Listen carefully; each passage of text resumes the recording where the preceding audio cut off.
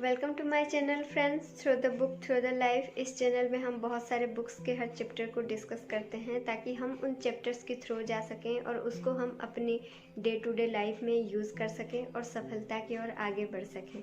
अभी हम जिस बुक डिस्कस करने वाले हैं उसका नाम फीलिंग इज़ द सीक्रेट है, the art of realising your desire and written by great author and great teacher of metaphysics Neville Goddard. तो इंट्रोडक्शन में जैसे कि हमने बोला था कि इसमें 4 चैप्टर है, तो आज हम पहले चैप्टर के बारे में डिस्कस करेंगे। तो हमारा पहला आज का जो चैप्टर है वो है लॉ एंड इट्स ऑपरेशन। तो फ्रेंड्स देखिए, पहली बात ये है कि लॉ होता क्या है ना। तो लॉ जो है वो एक ऐसी सच्चाई है जो कभी नहीं बदलता, हम चाहे माने या ना माने वो कभी नहीं बदलता। इस चैप्टर में हमको पता चलेगा कि हमारी ज़िंदगी की सच्चाई वो लॉ क्या है और ये कैसे ऑपरेट करता है। तो अभी हम ज़िंदगी को समझते हैं। देखिए, अर्थली वर्ल्ड में कुछ जैसे नया क्रिएशन होता है तो वो कैसे होता है ना।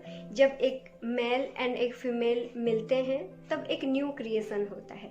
एग्जैक्टली वही चीज़ हमारे अंदर भी होता है। जब हम कोई चीज़ अपने अंदर क्रिएट करते हैं तो वही हमारे फिजिकल वर्ल्ड में एक फिजिकल रूप में आता है। तो यहाँ पर राइटर का कहना ये है कि जो भी ऑब्जेक्टिफाइड होता है, जो भी हमारे फिजिकल वर्ल्ड में एक फिजिकल रूप में आता है, वो हमारी कॉन्शियसनेस की वजह से आती है, जिसको हम चेतना बोलते हैं। और इस कॉन्शियसनेस का 2 पार्ट होता है, एक मेल पार्ट, एक फीमेल पार्ट। जो मेल पार्ट है वो कॉन्शियस माइंड है और जो फीमेल पार्ट है वो सबकॉन्शियस माइंड है। तो ये कॉन्शियस और सबकॉन्शियस जब दोनों, ये मेल और फीमेल जब दोनों मिलते हैं तभी एक नया क्रिएशन पॉसिबल हो पाता है।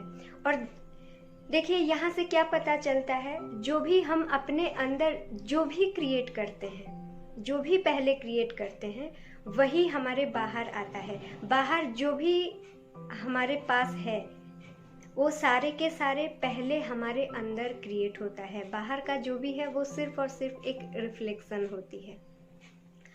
तो अभी देखिए ये एक ऑपरेट कैसे करता है। तो सबसे पहले हमको ये पता चला कि लॉ यही है कि हम जो भी क्रिएट हो रहा है, हमारी ज़िंदगी में जो भी हो रहा है वो हमारे ही कॉन्शियसनेस की वजह से हो रहा है, उसके क्रिएटर हम ही हैं।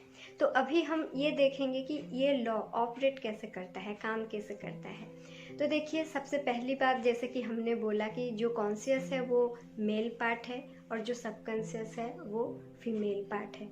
तो अभी कॉन्शियस जो है वो सिलेक्टिव है, वो आइडियाज़ को सिलेक्ट कर सकता है, वो चुन सकता है। और जो सबकॉन्शियस है, जो फीमेल पार्ट है, वो नॉन सिलेक्टिव है, वो बहुत ही ऑनेस्ट है कॉन्शियस के लिए। वो जो फीमेल है वो अपनी मेल के लिए बहुत ही ऑनेस्ट है। ये जो भी डिज़ायर, जो भी आइडियाज़ क्रिएट करके देता है वो उसी को ही इफ़ेक्ट बना के आउटर वर्ल्ड में रिफ्लेक्ट करता है। यानी कि जो भी इम्प्रेशन कॉन्शियस के द्वारा दी जाती है, सबकॉन्शियस वो हर चीज़ को एक्सप्रेस करता है। वो बिल्कुल नॉन सिलेक्टिव है, उसका खुद का कुछ भी नहीं होता। तो बहुत जगह पर ऐसा माना जाता है कि सबकॉन्शियस जो है वो एक सर्वेंट की तरह, मतलब कॉन्शियस का काम करता है। लेकिन दोस्तों, एग्जैक्टली राइटर यहाँ पर ये बोल रहे हैं कि कॉन्शियस और सबकॉन्शियस के बीच में जो भी होता है तो ये एक सर्वेंट एंड मास्टर के रिलेशनशिप के तरह नहीं होता। ये एक जैसे अर्थली हस्बैंड वाइफ रिलेशन जैसे होता है, एक लवर एंड एक बिलव्ड वाइफ के तरह जैसे रिलेशन होता है, उसी तरह ही, उसी लव के जरिए ही वो दोनों एक फ्लेश में मिलते हैं और एक सुंदर सा क्रिएशन पॉसिबल हो पाता है।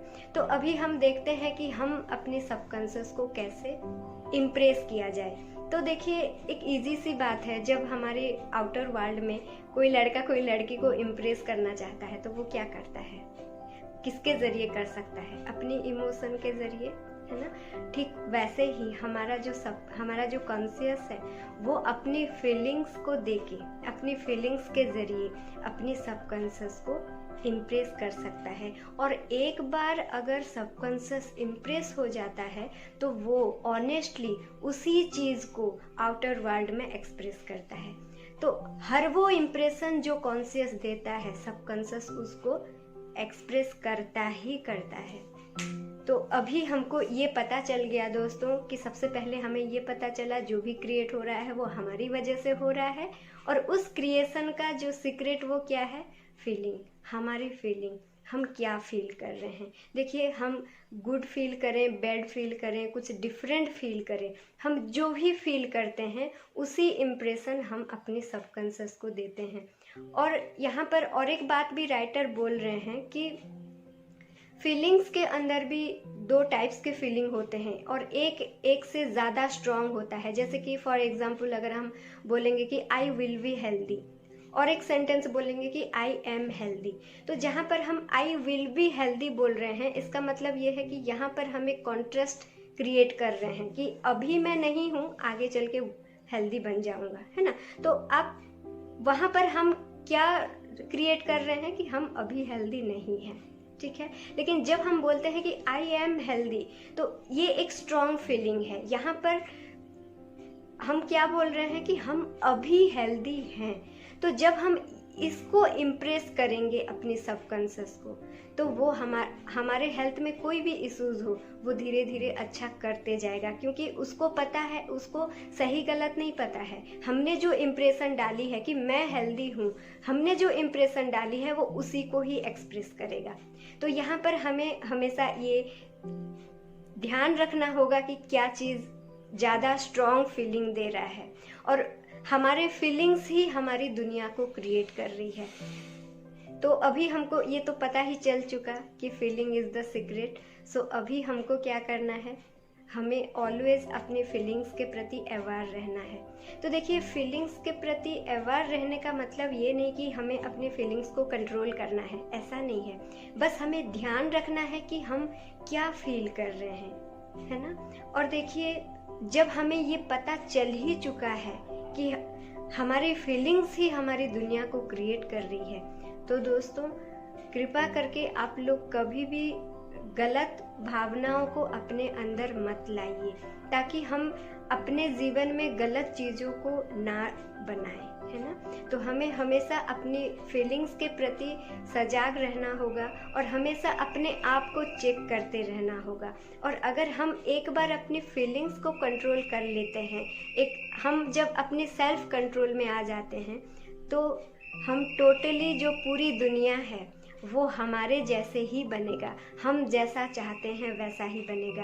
और सबकॉन्शियस को इम्प्रेस करने के लिए और 2 गेट वे है, जो कि है स्लीप एंड प्रेयर, जिसके बारे में हम आगे के चैप्टर्स में बात करेंगे। तो आज के लिए यही था दोस्तों कि हमारी फीलिंग्स ही हमारी दुनिया बनाती है, इसीलिए always be aware of your feelings and always try to feel good, because we deserve a great life. So thank you so much, and wish you all have a great life. Thank you.